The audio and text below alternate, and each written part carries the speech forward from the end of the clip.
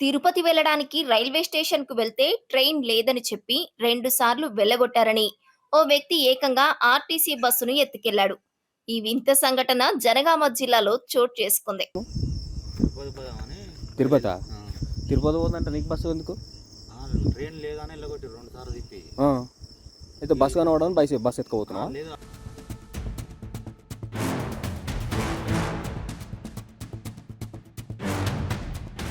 జనగామ బస్టాండ్‌లో నిలిపి ఉంచిన ఆర్టీసీ అద్దె బస్సును ఓ వ్యక్తి ఎత్తుకెళ్లే ప్రయత్నం చేశాడు. పాలకుర్తికి చెందిన వెంకన్న అనే వ్యక్తి బస్సును స్టార్ట్ చేసి సూర్యాపేట వైపు మళ్లించాడు. అలా 21 కిలోమీటర్లు ప్రయాణించిన తర్వాత దేవరపల్లి మండలం సింగరాజపల్లి టోల్ గేట్ వద్ద అదుపు తప్పి సిమెంట్ దిమ్మెను ఢీకొట్టాడు. దీంతో బస్సు ఆగిపోయింది. బస్సులో ప్రయాణికులు ఎవరూ లేకపోవడంతో అనుమానం వచ్చిన టోల్ గేట్ సిబ్బంది అతన్ని పట్టుకున్నారు. అనంతరం పోలీసులకు ఫిర్యాదు చేశారు. బస్సును ఎత్తుకెళ్లిన వ్యక్తి మద్యం మత్తులో ఉన్నాడని చెబుతున్నారు.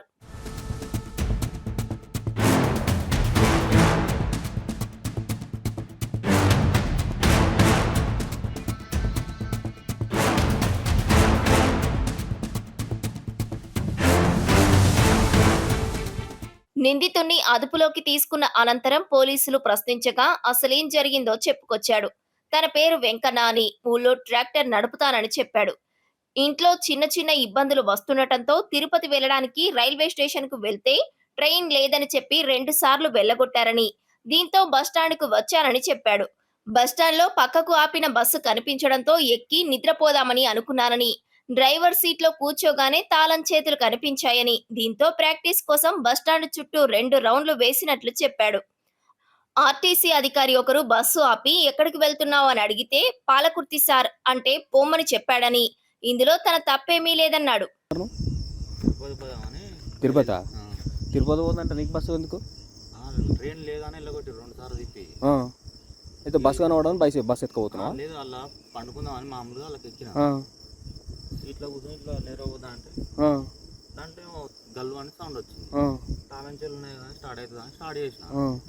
బస్ స్టాండ్ చుట్టూ తిప్పిన. ఆ! ఇది ఒక రౌండ్. ఆ! నువ్వు ప్రాక్టీస్ అవుతుందో కాదని మామూలుగా 2 రౌండ్లు తిప్పిన. ఆ! తిప్పినాక ఇటు వచ్చినాక ఎటు పోతావు బస్సు ఇప్పుడు తీసినావా అన్నాడు. ఆ!